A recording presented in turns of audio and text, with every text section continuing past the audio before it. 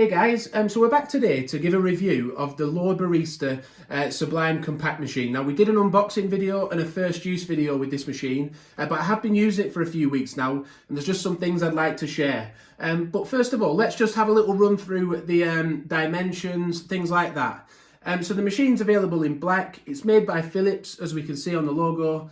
The water tank on it's listed as 800 millilitres. But actually we have found that to be more like 900 millilitres, which is quite big. We've not had any problems there. It's been a decent enough capacity to keep the coffee flowing for a few days.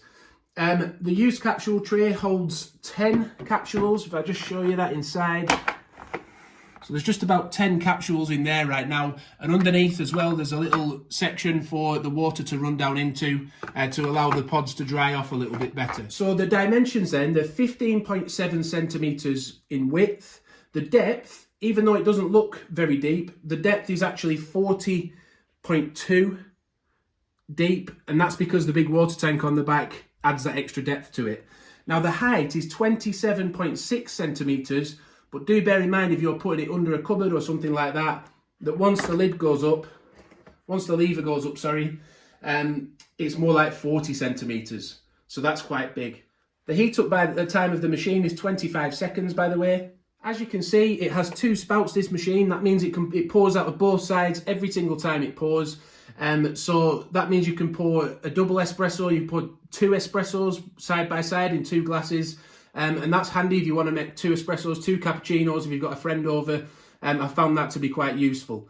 So if we open up the lever then, the handle, you'll see inside there's a nice big mechanism in there. So that takes, as we've shown on videos recently, an XXL pod, which is like a double espresso pod or a double lungo pod or a double filter style coffee pod.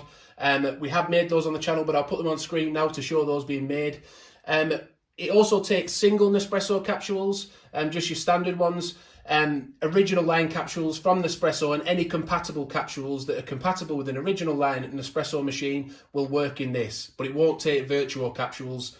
That's one thing that needs to be pointed out. The lever is quite big, but I'll talk more about that in a minute. If you're finding the video useful, by the way, do give it a like, it helps us out, gives the channel a boost. On top, if we have a look at the buttons, we have a ristretto button, which will also pour a double ristretto.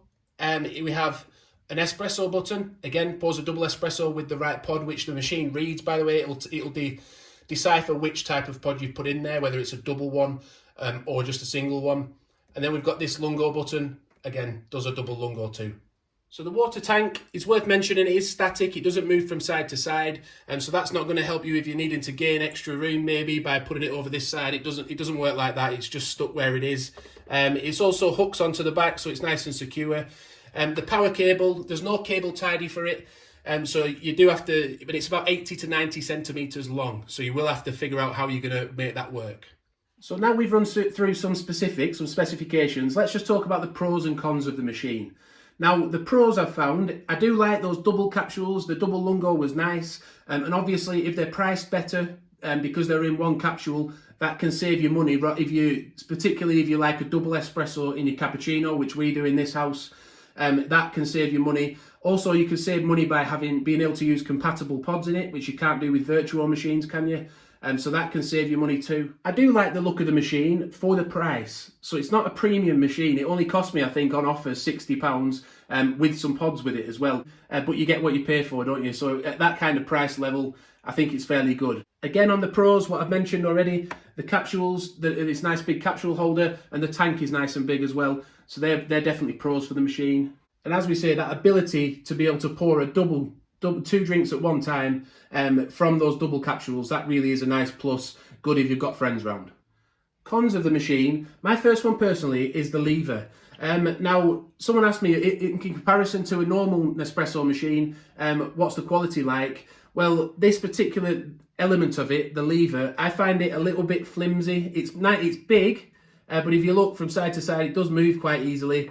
As you pull it up, it doesn't easily go up. And then if you look inside as well, that swivel element to it, but it doesn't feel all that secure. You know, it looks, you know what I mean? You can see it moving there. It just looks as if something may go wrong with it one day. But again, at that price point, maybe that's something you can live with. Another slight con with the machine, you can get used to it, but it is a bit annoying when you're not used to it. If you press the button to set it heating up, it won't stop when it's finished heating up. It will pour the pod straight away. So you've got to have your cup ready. So I'm quite used to coming down in the morning, getting the machine light, getting it heating up, and then the light goes solid, and then you come back and you press it again to pour your coffee. With this machine, that doesn't happen. Once you press it, you've got to have your podding ready, and it's got to be, it'll then make your coffee straight away. So this is the first time the machine's been used for really since this morning. So it will have cooled down properly. We'll pour a shot of espresso. We'll test the temperature. We've just put water in the water tank from the tap. Obviously it's a little bit colder today than on other days, but we'll press the espresso button. And as you'll see now, I've set that going. I press the button and it will just pour the coffee as we mentioned earlier.